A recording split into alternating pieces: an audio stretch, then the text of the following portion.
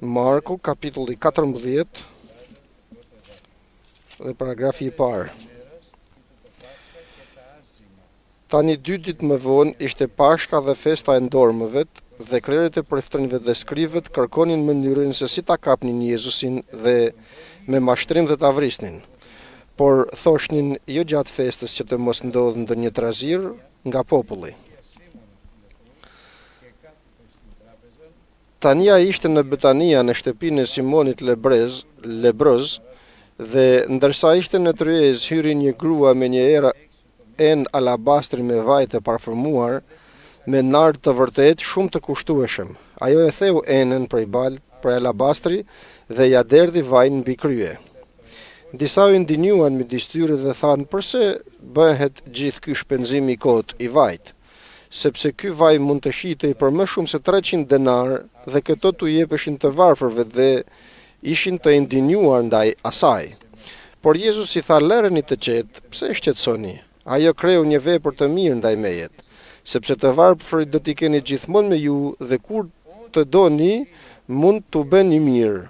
Por mua nuk do të më keni gjithmonë. Ajo beri ata që mundi, vajosi para kohe trupin tim për varrim.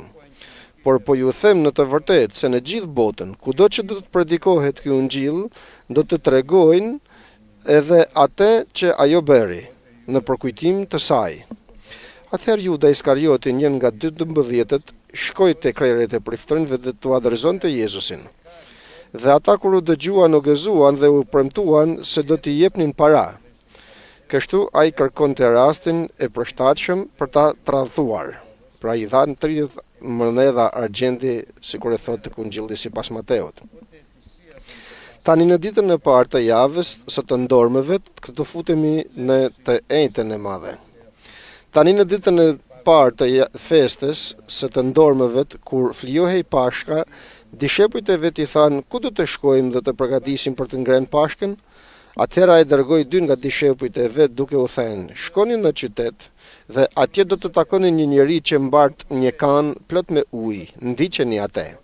Dhe atje ku ai do të hyjë, I thoni të zotit të shtëpisë, mësuesi pyet, ku është dhoma ku mund të ha Pashkën me dishepujt e mi? Atëherë ai do t'ju tregoj lart një sallë të madhe, të mobiluar dhe gati. Aty përgatitni për ne. Dishepujt e tij shkuan, arritën në qytet dhe gjetën ashtu siç ua kishte thënë dhe përgatitën Pashkën. Kur u bë darkë, ai erdhi me të 12-ët dhe kur po rrinin në tryez dhe po hanin, Jezusi tha: Ju them në të vërtetë se njeri prej jush që po ha me mua do të më tradhtoj. Atëherë ata filluan të trishtohen dhe t'i thoshnin njeri pas tjetrit, mos jam unë? Dhe një tjetër tha, mos jam unë? Dhe ai duke u përgjigjur tha atyre, është një nga të 12-ët që po ngjyen me mua në çanak. Po biri I njeriut po shkon ashtu siç është shkruar për të, por mirë ai njeri me anë të cilit tradhtohet biri I njeriut. Do të ishte më mirë për të që ai njeri të mos kishte lindur kurrë. Dhe ndërsa ata po hanin, Jezusi mori bukë, e bekoi, e theu dhe u dha atyre duke thënë, merrni hani, ky është trupi im. Pastaj mori kupen e falenderoi dhe u dha atyre dhe të gjithë pinë prej saj. Atëherë ai u tha, ky është gjaku im, gjaku I beslidhjes së re që derdhet për shumë veta. Në të vërtet, unë po ju them se nuk do të pi më prej frutit të hardhis deri në atë ditë kur do ta pi të ri në mbretërinë e Perëndis. Dhe mbasi kënduan një himn, dolën dhe u drejtuan nga mali I ullivet. Dhe Jezusi u tha atyre, ju të gjithë do të skandalizoheni me mua sonte, sepse është shkruar do të godas bariun dhe delet do të shpërndahen. Por mbasi të ringjallem, unë do t'ju pararend në Galile. Dhe Pietri I tha, edhe sikur të gjithë të tjerët të skandalizohen me ty, unë nuk do të skandalizohem. Dhe Jezusi I tha, unë po të them në të vërtetë se sot, pikërisht në këtë natë, para se gjeli të këndoj 2 herë, ti do të më mohosh 3 herë. por ai duke ngullur këmbë më tepër thoshte: "Edhe sikur të më duhet të vdes me ty, nuk do të mohoj kurrë." Të njëjtën gjë thoshin edhe gjithë të tjerët. Amen fjalës të Zotit. Ka kaluar pra e quajtura e hena e madhe, e martja e madhe, ku Marta dhe Maria sol ftuan Jezusin dhe Lazarin që ishte ringjallur, dhe bëri diçka shumë të rëndësishme. Maria mori gjën më të shtrenjtë që kishte për veten e saj, mori një shishe alabastret me një vaj shumë të kushtueshëm dhe e derdhi atë në këmbët e Jezusit, i lau, i shfshiu me flokët të saj dhe u mbush gjithë vendi ku rrinin me mirë, me erë të këndshme. Dhe Juda që kishte arken, që vidhte prej saj, tha: "Pse është gjithë ky shpenzim, sepse kjo shishe alabastri mund të shitej për 300 denar, por shkoi kot." Dhe Zoti ju tha: mos i folni, sepse erdhi e hena kështu e Marta, tani e mërkura. Pra e mërkura është 2 ditë përpara Pashkës, të mërkurën dhe 8-ën, Priftorin dhe targambledhësit diskutonin me njëri tjetrin që ta arrestonin atë dhe ta vrisnin. Por kishin frikë se jo në fest që të mos bëhet trazir në popull. Kështu ky njeri, pra Jezusi Nazareas, që e dinte shumë mirë se çfarë bëhej, edhe deri me tani ishte vërtetuar se është qenç i patëmet, sikurse ju përgjigj të gjitha kurtheve të pyetje të targambledhësve dhe të farisejve, në të gjitha kurthet që u munduan t'i vënë, duke u mbyllur gojen. Tani erdhi në Betani dhe ishte ulur në shtëpinë e Simon Lebrozit në Tryez. Dhe pa pritur vjen një grua përsëri që kishte një alabastër me vaj të parfumuar, me nard të vërtet, shumë të kushtueshëm. E theu enën prej alabastrit dhe ja derdhi vajin mbi krye. Dhe këtu, të dashur vëllezër dhe motra, duhet me të vërtet të shohim me kujdes atë shprehjen e dashurisë të këtyre 3 gravet. Gruaja e parë, që mbase mund të ishte Maria Magdalena, që ishte shumë mëkatare dhe plot me demon që e çliroi Zoti, kur e pa në fillim përpara se të vritej edhe Gjon Pagzori, të ulët në shtëpinë e fariseut që hyri, ishte mëkatare dhe fariseu tha: "Po ta njifte. Këtë grua do të ishte biri Perëndis." Dhe kështu e pranoi. Përse e pranoi? Sepse dëgjoni se çfarë bëri ajo grua. Kur mori vesh se ju ishte në shtëpinë e fariseut, solli një alabastër me mirë dhe duke qenë pranë këmbëve të Jezusit, por nga pas tij që qante, kjo ka dashurinë më të madhe. Vazhdoi me lotët e saj të lante këmbët e Jezusit dhe me flokët e saj të fshinte këmbët e tij dhe puthte këmbët e tij dhe i vajosi këmbët e tij me mirë. Dhe fariseu e keq kuptoi këtë. Si e pranon një mëkatare kështu Jezusi? Dhe Jezu Krishti i tha: "Eja të pyes diçka. Një kishte 2 borxhli. Njeri prej borxhlivet i kishte borxh 500 denar, tjetri 50.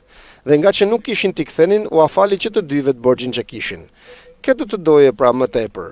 pyeti Jezusi. Dhe fariseu tha: "Do të doj ai që ju falen 500 denar." Për këtë i thot: "Ke të drejtë dhe kjo është e vërtet, sepse unë erdha në shtëpinë tënde, ujë për të larë këmbët ti nuk më dhe, por ajo me lotët e saj i lau këmbët e mia dhe me flokët e saj i fshiu. Ti nuk më dhe të puthur, por ajo, dëgjoni tash se si e shpreh dashurinë e kësaj gruaje të mëkatare, që kur hyri ajo nuk ndaloi se puthur i këmbët e mia. Dhe e treta, me vaj vajosi kryet e tim me vaj i hedhi në këmbët e mia. Sa dashurit e madhe kjo grua për Jezu Krishtin. E dyta ishte Maria, sikur se tham, motra Lazarit dhe me motrën e saj me Martën, ku bëri pak a shumë të njëjtën gjë, por jo me të njëjtën mënyrë. Me të vërtet, mori alabastrën me vaj të erkenshëm, i liu këmbët e saj, kurse tjetra i lante me vajt e saj këmbët përpara, i fshiu me flokët e saj. Dhe tani, ajo që lexuam tek Ungjilli sipas Markut, është gjëja më e vogël që ndodhi tek Jezusi. Erdhi një grua, kishte dashuri dhe dha gjën më të shtrenjtë që kishte, alabastrën prej mirret, e theu dhe e derdhi mbi kryet të tij. 3 statet dashurijet.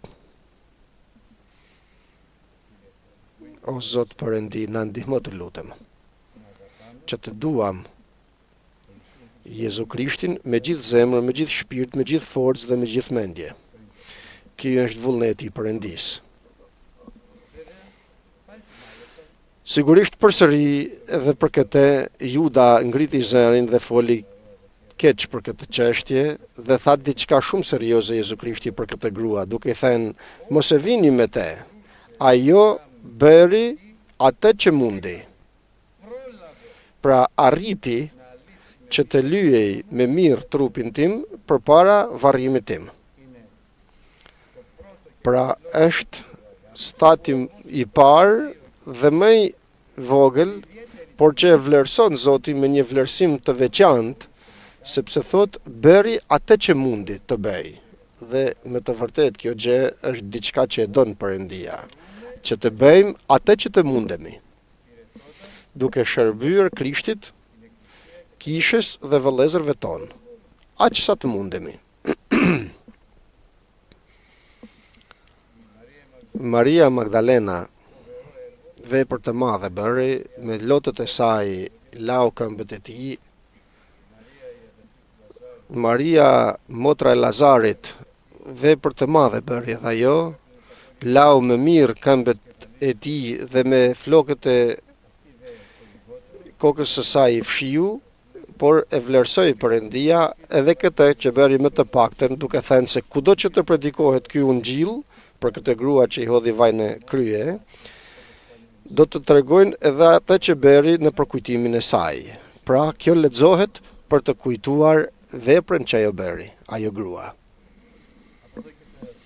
Tani dhe tutje futet Juda në atë që e kishte profetizuar fjala e Perëndis, që të tradhtoj Jezu Krishtin dhe ta dorëzoj në duart e prifërinjve dhe të farisejve, ta dorëzoj për ta kryqëzuar.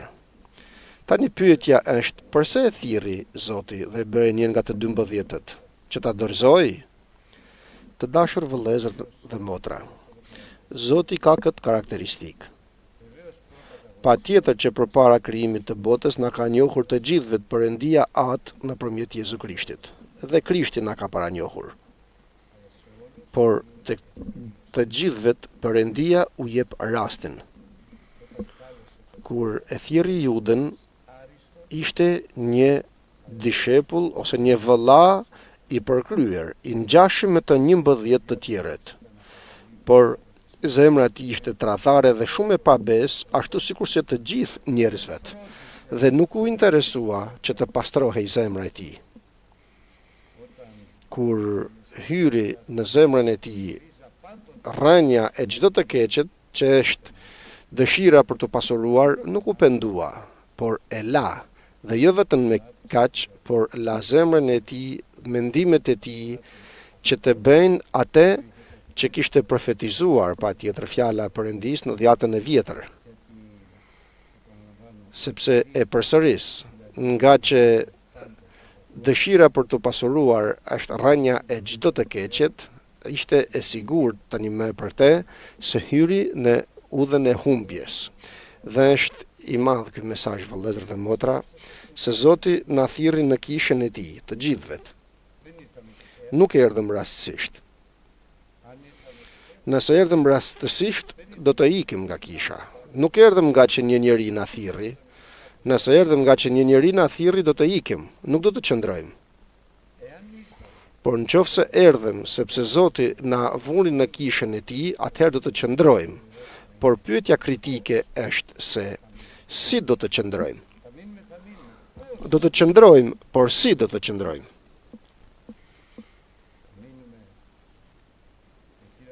Do të qëndrojmë me duar të pastra, me zemër të pastër, me mendime të shejtënorëve, apo do të lëm, ashtu sikur se thot fjala e Perëndis, dëshirën për të pasuruar që të na drejtoj në tundime dhe në kurthe, apo çfarë do tjetër zellit dhe dëshiret.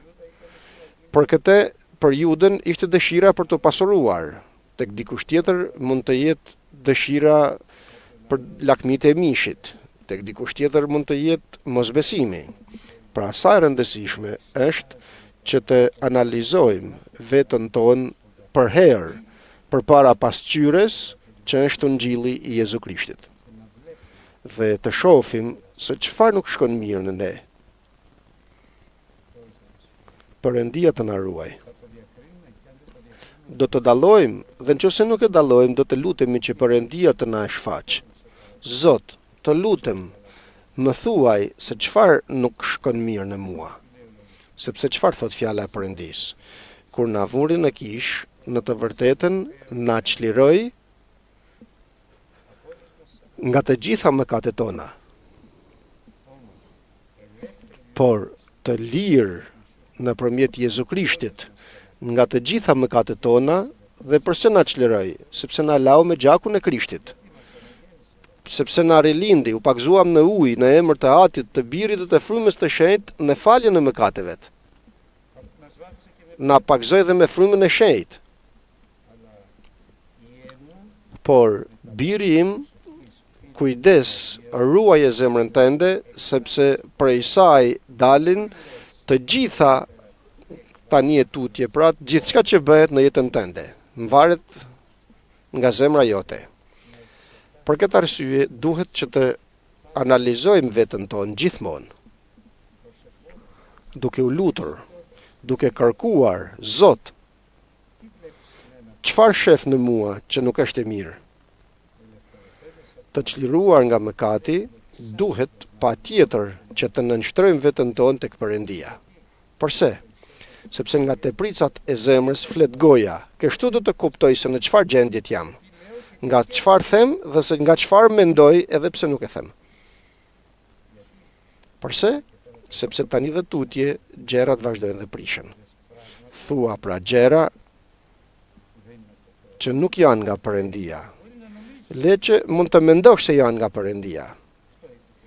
Këtë tha dhe Juda. Për 300 denar do t'ua jepnim të varfërvet. Por në mendjen e tij nuk ishin të varfrit, në mendjen e tij ishte arka që mblidhte parat dhe nga e cila vidhte dhe merrte për veten e tij. Perëndia të na ruaj vëllezër dhe motra. Të shikojmë me shumë kujdes pra veten tonë. Të mos shohim rreth e qark që të gjykojmë të tjerët, apo të akuzojmë të tjerët, sepse do të gjykohemi edhe ne vetë, por duhet të shohim vetëm veten tonë dhe të pyesim Zotin dhe Perëndia do të na zbuloj. Do të na shfaq. Nuk është e mundur të mos ta shfaq Perëndia sepse na don. Por kur të na shfaq gjërat, nëse na shfaq gjërat, atëherë automatikisht duhet të pendohemi. Kush rrefehet dhe heq dorë nga mëkati i tij, do të mëshirohet nga Perëndia. Kjo është pendesa automatike që të shijojmë mëshirën e Perëndis. Juda ra në kurth të madh, në tundim, në dëshirat e shumta dhe e drejtuan në humbje. Dhe shkoj tek tagabledhësit, tek farisejt dhe ju tha çfarë do të më jepni që t'u adërzoj, dhe t'ju them unë se ku është dhe të drejtoj tek ai dhe me një puthje do ta tradhtoj. Dhe tha, e pyetën, të mjaftojnë 30 monedha argjendi? Dhe tha, po më mjaftojnë. Tani shumë janë dëgjuar, për sipas mendimit tim nuk janë të sakta për këtë vepër të Judës flasim, që të vërtetohet se është biri i Perëndis, se është Mesia, për xhepin e tij e bëri.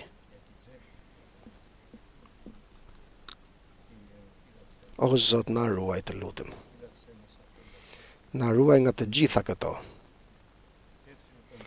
Dhe kështu pra shkoi të mërkurën e madhe dhe mori 30 monedha të argjendit dhe tani futemi në të ejtën e madhe që është dita e pare të ndormëvet që do të flijojnë për Pashkën. Do më thënë, do të marrin trupin dhe gjakun e Krishtit që do t'i mësoj Zoti se kanë parë herë tjetër. Pashkën e dhjatës të vjetër bëhej, por tani do t'ju mësoj Pashkën e dhjatës të re. Pashka e dhjatës të vjetër ishte në përkujtim të daljes nga Egjipti. Përse Pashka e dhjatës të re është për përkujtimin e daljes tonë nga mëkati. Dhe i pari që na mësoi është Jezu Krishti. I afrohen dishepujt dhe i thanë, ku do të bëjmë flijimin në mënyrë që të ham Pashkën? Dhe të gjitha sa bën Krishti, i bën me mrekulli. Ja dëgjoni se çfarë thotë vëllezër dhe motra. Shkoni thot në qytet, futuni atje dhe do të takoheni me një njeri që do të ketë një kan me ujë plot. Si do ta kuptoni? Se do të ketë një shtamb me ujë. Ndiqeni atë, i thot, dhe ku të futet në atë shtëpi që të hyjë pra, thuani Zotit të asaj shtëpijet. Mësuesi na thot, se ku është vendi ku mund të ha Pashkën me dishepujt e mi. Dhe ai do t'ju tregoj një kat sipër të shtruar gati, aty përgatitni Pashkën. Ma ç'është kjo tani? Ky është Krishti, vëllezër dhe motra. I ka të gjitha gati. Për jetën tonë personale, për jetën tonë familjare, për jetën tonë në kish, por edhe për shejtërimin tonë, të gjitha gati. Dhe me të vërtet, u bë darkë, sepse ishte dita pra në darkë të së ejtës. U bë natë, erdhi me të 12-tët, dhe kur po rinin në tryezë dhe po hanin, Jezus i tha, ju them në të vërtet se njeri për jush që po ha me mua do të më tradhtoj. Shikoni tani, janë 12 dhe mes tyre është Juda. Dhe kështu e zbulon për para tyret, atë që kishte vënë në zemrën e tij dhe monedhat e argjendit që kishte në xhep. Dhe të gjithë dishepujt vazhduan të thonë, mos jam unë ai që do të tradhtoj, mos jam unë. Sa mirë që është mos i besosh vetes sate. Ti besojmë vetëm fjalës së Perëndis. Mos vall. Thua, Zot, më trego.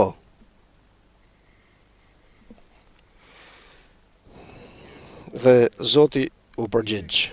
Një nga të 12-tët që po ngjyen me mua në çanak, kështu thotë edhe fjala profetike në dhjatën e vjetër, është ai që do të më tradhtoj. Po biri i njeriut po shkon ashtu siç është shkruar për te. Por mirë ai njeri me anë të cilit tradhtohet biri i njeriut. Do të ishte më mirë për te që ai njeri të mos kishte lindur kurrë. O Zot Perëndi, të dashur vëllezër dhe motra, të mos dënojmë Judën, duhet të mos të dënojmë Judën, por duhet të shohim veten tonë. Perëndia të na ruaj se mos vall dhe tradhtojmë Krishtin, të tradhtojmë pra një vëlla tonin për shembull, me dëshirë sipas dëshirës të zemrës. Zemra jonë do të jetë e pastër dhe e mbushur me dashurinë e Perëndis, atë që derdhet vetëm nëpërmjet frymës së shenjtë në zemrat tona. Dhe nëse shohim se nuk e duam dikën shumë, në vend të pendohemi dhe të vazhdojmë të lutemi për te. Që të jo që të bekoj Perëndia atë që do ta bekoj, por që të na mëshiroj ne, të na fal ne. Dhe këtu duhet të theksojmë se s'është askush i pa mëkat. Në shumë jemi të gjithë fajtor. Mos thuaj se unë jam i shenjtë, jam i përkushtuar unë, mos e thuaj këtë. Perëndia të na ruaj, të dashur vëllezër dhe motra, që të qëndrojmë me të vërtetë në fjalën e Perëndisë, në fjalën e shkruar të Perëndisë. Dhe më e keqja nga të gjitha që mund të pësoj një njeri është ky që pësoi Juda, i cili u shfaqsua në veten e tij. Jobi, më falni, jo Juda. E dini çfarë do të thotë të shfaqsosh veten tënde? Unë jam i drejtë, nuk jam sikur ti. Unë jam i shenjtë. Pra të mburremi për ulësin tonë. E di sa i përullur jam unë? Po, së fantazon do të, sa i përullur jam? Sa i shenjtë jam unë? S'mund të fantazosh do të. Vëlla dhe motër, nuk je as i shenjtë, nuk jemi as të shenjtë dhe as të përsosur. Të pavlerë dhe të paforcë jemi. Dhe nga momenti që të thuash se jam, Perëndia të bën një X. Jo unë, por Zoti në mua. Jo unë. O Zot, ki mëshirë. Më falë o Zot. Ndihmo o Zot, që të jem ashtu sikur se më don ti. Sepse shumë herë nuk kuptojmë dot gabimin ton, gabimet tona, nëse nuk na i shpjegon Zoti. Nuk mundemi. Dhe disa herë gabimet tona janë edhe shumë serioze. Perëndia na mëshiroft dhe të na zbulojë nëpërmjet frymës të shenjtë gjithë të vërtetën. Vetëm nëpërmjet frymës të shenjtë mund të ecim në gjithë të vërtetën, sepse vetëm fryma e shenjtë na zbulon të ardhmen. O Zot Perëndi, na ruaj. Ruaj e biri im zemrën tënde, sepse prej saj dalin të gjitha gjërat në jetën tënde. Perëndia të na ruaj.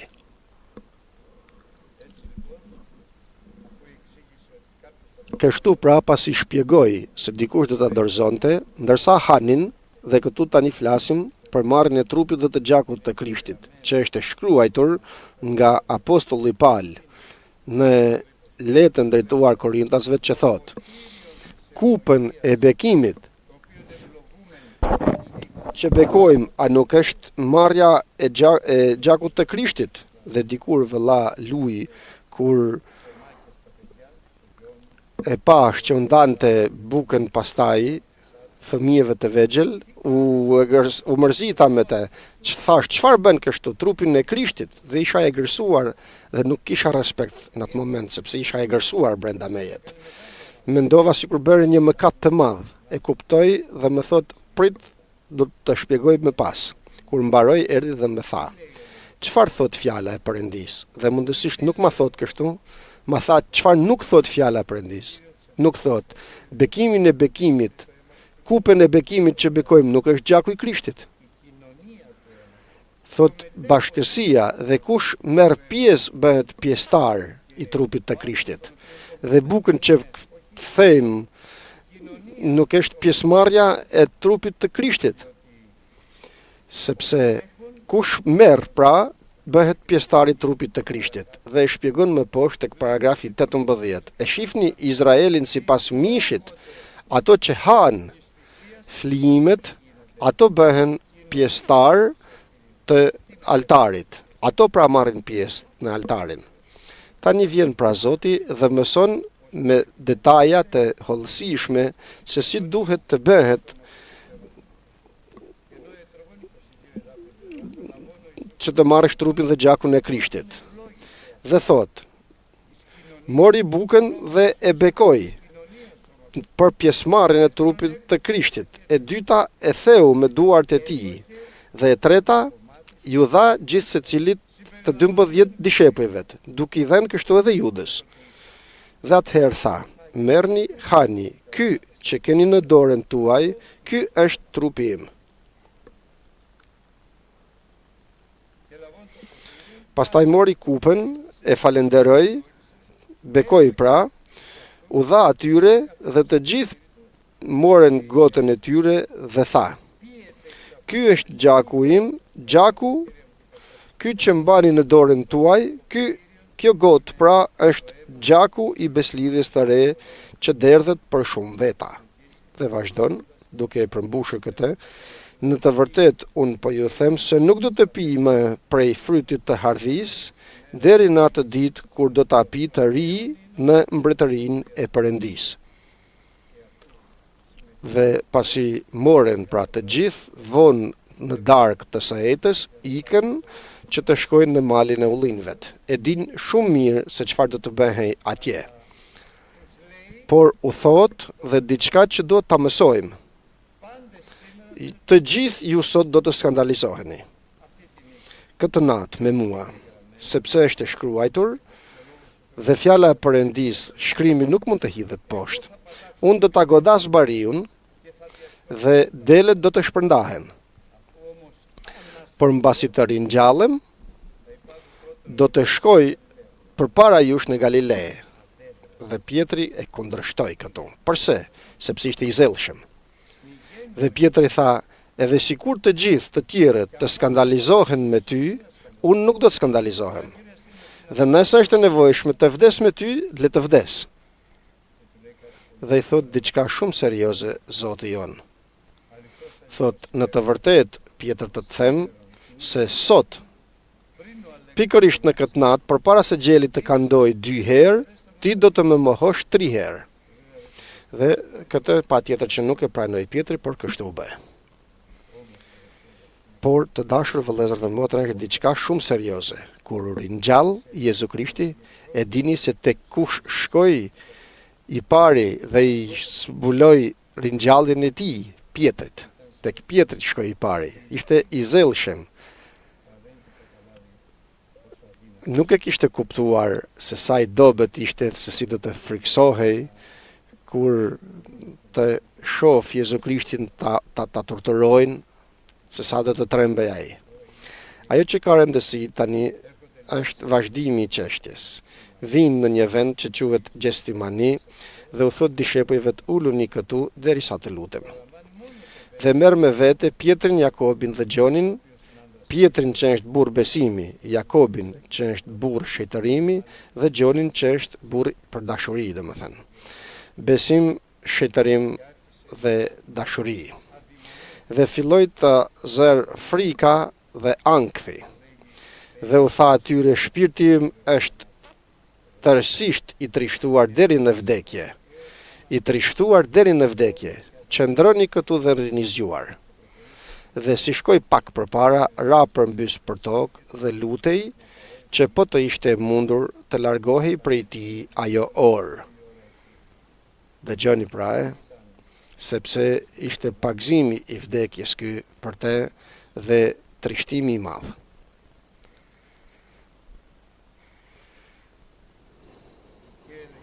Dhe tha: "Aba, o atë, çdo gjë për ty është e mundur, largoje prej meje këtë kup." Por nuk e la me kaq. Nuk e mbaroi këtë lutje me kaq. Por kjo është lutja e përsosur. Por jo atë që dua unë, por atë që do ti. Për këtë arsye gjithmonë të kërkojmë që çfarëdo që të kërkojmë, çfarëdo që të duam, me dëshirë të madhe, me dhimbjen e shpirtit, me çfarëdo lloj mënyre që mund ta duam, nuk do ta mbarojmë lutjen tonë, kërkesën tonë, por në fund të themi: "Jo sikur të dua unë, por sikur të duash ti, o atë." Kjo është lutja e bekuar e Jezu Krishtit, por edhe lutja jon kur ta kemi. Jo sikur të dua unë, o Zot, sepse unë nuk kuptoj. Unë nuk kuptoj, jam i pa forcë, i pa vlerë, por si të duash ti, o Zot. Amen, vëllezër dhe motra. Dhe pasi bëri këtë lutje, lutjen e parë të tij, kthehet përsëri tek Pietri, Jakobi dhe Gjoni dhe i gjen të flejnë. "Simon, po fle?" "Po, sa serioze është kjo. Nuk munde asnjë orë të rish zgjuar për mua. Rini zgjuar dhe lutuni që të mos hyni në tundim. Sigurisht fryma është e gatshme, por mishi është i dobët," thot Jezu Krishti. Pra as dhe një orë nuk mundet të luteshit. O Zot, na ndihmo. një orë, as një orë, dhe shkoi dhe u lut përsëri duke thënë të njëjtat gjë përpara Atit Perëndi. Dhe u kthye i gjeti përsëri në gjumë dishepujt. Dhe ju thot, përse nuk rini zgjuar? Dhe ato nuk ditën se si ti përgjigjeshin. Dhe të tretën herë shkon dhe u thot atyre të njëjtat gjëra. Dhe thot të largohet kjo gotë e pikollimit dhe e trishtimit dhe pagëzimit të vdekjes, por jo sikur të dua unë o Zot, por si të duash ti. Dhe kthehet dhe gjen përsëri në gjumë. Dhe i thot, zgjohuni tani, erdhi ora. Ja, biri i njeriut po dorëzohet në duart e mëkatarëve. Qohuni të shkojmë, ja, ai që po më tradhon është afër, Juda pra. Dhe ndërsa tha këto gjëra, erdhi Juda, e përqafoi, e puthi, se ky ishte shenja. Si do të kuptojmë në mes të natës se cili është Jezusi? Atë që do të përqafoj dhe do të puth, ai do të jetë për ta arrestuar. Dhe i thot, Zoti, Jud me një të puthur dorëzon Zotin tënd. Po. Puthja çfarë është?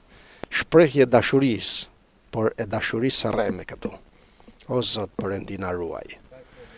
Vëllezër dhe motra të dashur, ekziston dashuria e vërtet dhe dashuria e rreme. Dashuria të duket sikur dua, por Krishti e njeh zemrën tonë.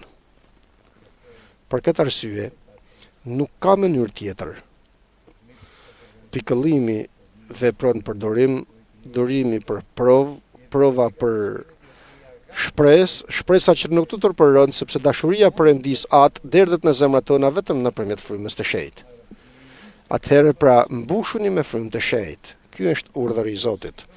Do të lutem me mendjen, por do të lutem edhe me frymën. Mbushuni me frymë të shenjtë.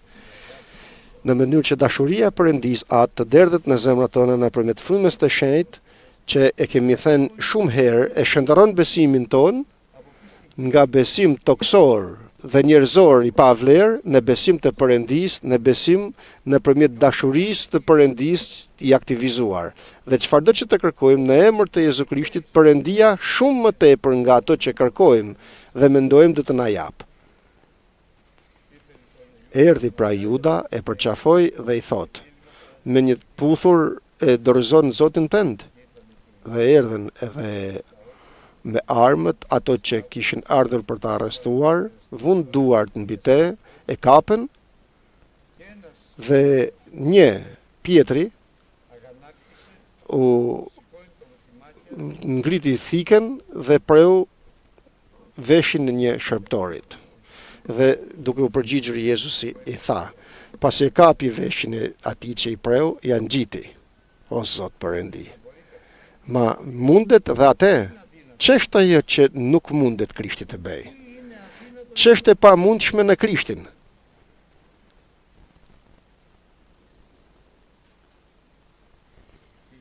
Dhe kthehet dhe u thot, i thot Pietrit, lere thiken, me shpatë që jep, shpatë do të marrësh.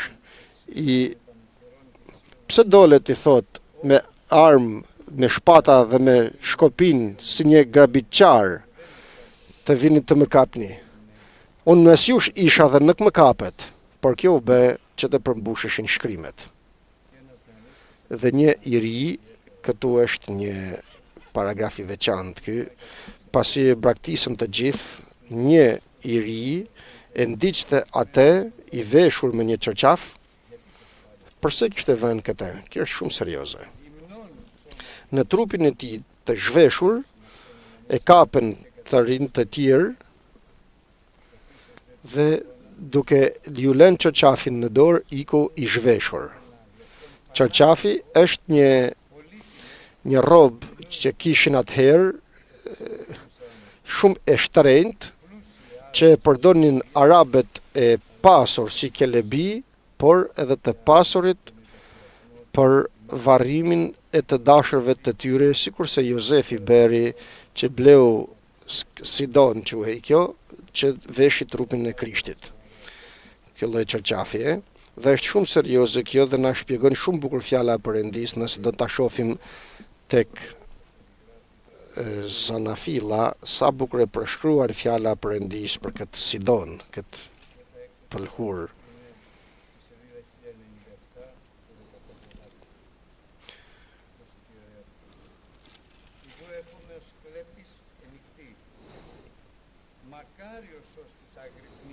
Nuk po gjej dot. Kapitulli 16, paragrafi 15. Ja unë po vi si vjedhës, lum ai që rrizgjuar dhe ruan rrobat e veta që të mos ec i zhveshur dhe të duket turpi i tij. Si ruan dikush rrobat e veta që të mos e braktisë Krishtin, ashtu sikurse e la Krishtin të gjithë e braktisën kur o arrestua. Kur nuk e braktis pra Krishtin, në çfarë do lloj kushtesh, rrobën tënde nuk mund ta heq askush. Pra rrobën, veshin e pranisë të Perëndis, nuk do të mbetesh i zhveshur. E quan pra tek kryeprifti, erdhen dëshmitar të rrem, dëshmuan gjëra të rreme për Jezu Krishtin, por nuk munden që asnjë dëshmi e rrem të zinte vend, pra që të kishte vlerë. Dhe atëherë kryeprifti pyeti vet Jezusin, duke i thënë: ti je Krishti, na thuaj, biri i të bekuarit? Dhe Zoti tha: unë jam. Do të mund të mos e thoshte, patjetër që nuk do të mund të mos e thoshte. Unë jam. Dhe do ta shihni birin e njeriu të ulur në të djathtë, në ardhin e dytë të tij, të Perëndis, duke ardhur me rreth e qiellit. Atëherë kryeprifti, duke i shqyer rrobat, tha: ç'nevojë kemi më për dëshmi? Dhe të gjithë e dënuan atë dhe e gjykuan duke thënë se e meriton vdekjen. Atëherë disa filluan ta pështyjnë, t'ia zënë fytyrën, ta qellojnë me shplaka dhe t'i thojnë profetizo, dhe rojat e godisnin. Dhe tani futemi në përmbushjen e profecisë për Pjetrin. Do të më mohosh 2 herë përpara se gjeli, do të më mohosh 3 herë përpara se të këndoj gjeli 2 herë. Më falni. Ndërsa Pietri ishte poshtë në pallat, erdhi një shërptore e kryepriftit, dhe kur pa Pietrin që po ngrohej, e vështroi me kujdes dhe tha: edhe ti ishe me Jezusin Nazareas. Por ai e mohoi duke thënë: nuk e njoh, nuk kuptoj çfarë thua. Atëherë doli jashtë në hajat dhe gjeli këndoi të parën herë. Dhe shërptoria, duke e parë përsëri, filloi të flasë të pranishmëve: ky është një nga ata. Por ai përsëri e mohoi, dhe pak më vonë të pranishmit i thanë përsëri Pietrit: me të vërtetë ti je një nga ata, se ti je Galileas, dhe folura jote e zbulon se je Galileas. Dhe dëgjoni të dashur vëllezër dhe motra, se serioze është. Por ai nisi të mallkojë dhe të betohet: unë nuk e njoh atë njeri për të cilin po flisni.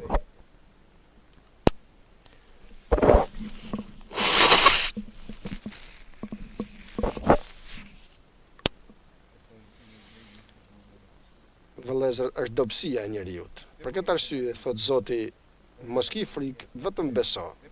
Nuk mund t'i fantazon të gjitha ato që bëheshin. Sikur se kishte thënë se do të vdiste të ringjallej të tretën ditë, erdhi Pietri dhe i tha: mos të ndodh kjo, Zot, ty. Zoti i tha: shporru nga unë, Satan, sepse nuk mendon për gjërat e Perëndis, por për gjërat e njerëzve. Por tani erdhi të vërtetohet se ajo që dikur tha se unë s'kam për të mohuar kurrë, e mohoj 3 herë. Të kemi kujdes, vëllezër dhe motra, për ato që themi. Të mos thuaj kurrë unë. Unë s'kam për të mohuar, unë s'kam për të braktisur, por jo, gjithmonë të themi: o Zot, na ruaj. Amen, vëllezër dhe motra. Në shumë jemi fajtor të gjithë, të pa vlerë dhe të pa forcë jemi. Dhe nëse bëjmë gjithë vullnetin e Perëndis, të mos themi se sa i shiko sa i rëndësishëm jam. Jo, shërptori pa vlerë jemi. sepse jemi njerëz të pa vlerë dhe të pa forcë. Ndryshe, thjesht, shfaqsojmë veten tonë dhe kështu largohet prania e Perëndisë. Humbet ajo sidona shumë e shtrenjtë, del zhveshja jon dhe zbulohet përpara të tjerëve. E tmerrshme është të shfaqet lakuritësia ime nga që mendoj se unë. Mos ndodh kjo, jo unë, por Zoti, vëllezër dhe motra. Unë jam bashkëshorti më i mirë, hajde më hiq. Unë jam babai më i mirë. Ah, kujdes. Por sa mirë është të thuash, o Zot, i pa vlerë dhe i pa forcë jam. Më bëj bashkëshort të mirë, baba të mirë, më bëj vëlla të mirë, më bëj shërbëtor të mirë të endin. Ndihmom në shumë kam faje.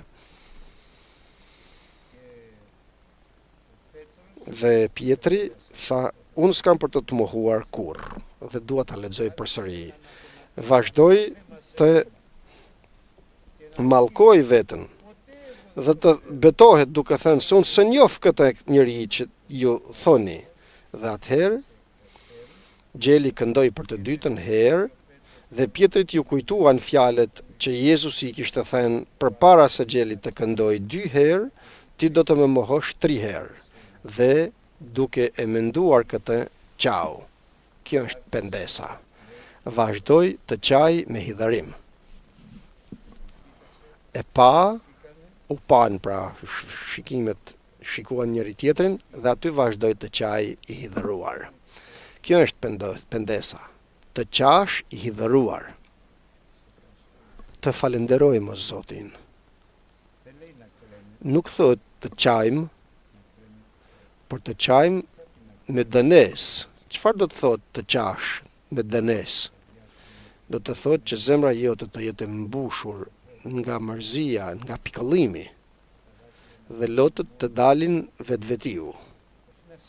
Jo të prekem, sikur se prekem unë disa herë, jo, kjo nuk është e qarë me dënes, për pendes.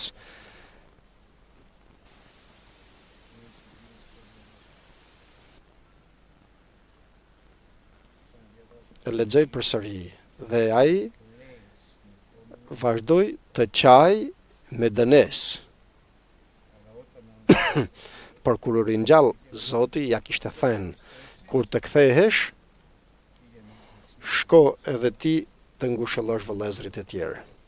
Dhe i pari të cilin e vizitoi Jezusi ishte me të vërtet Pietri, apostulli Pietër pra, dhe që atëherë ishte i pari që e pa të ringjallur. Dhe një pyetje e fundit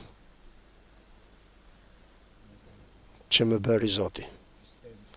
A beson se jam i ringjallur? Them, përse më pyet o Zot? Përse më pyet, ma është e mundur të mos besoj se je i ringjallur o Zot? Beson se jam i ringjallur? Dhe them, Zot, ti e di. Besoj. E din çfarë do të thotë i ringjallur? Çfarë do të thotë? Do të thotë kudo i pranishëm. Kudo i pranishëm, kudo që të jesh, çfarëdo që të bësh, çfarëdo që të mendosh, çfarëdo që të thuash, unë jam ai që e njoh. Askush tjetër. Por nga unë nuk ikën asgjë. E beson se jam i ringjallur? Dhe atëherë thash, o Zot, ndihmom në mosbesimin tim. Amen.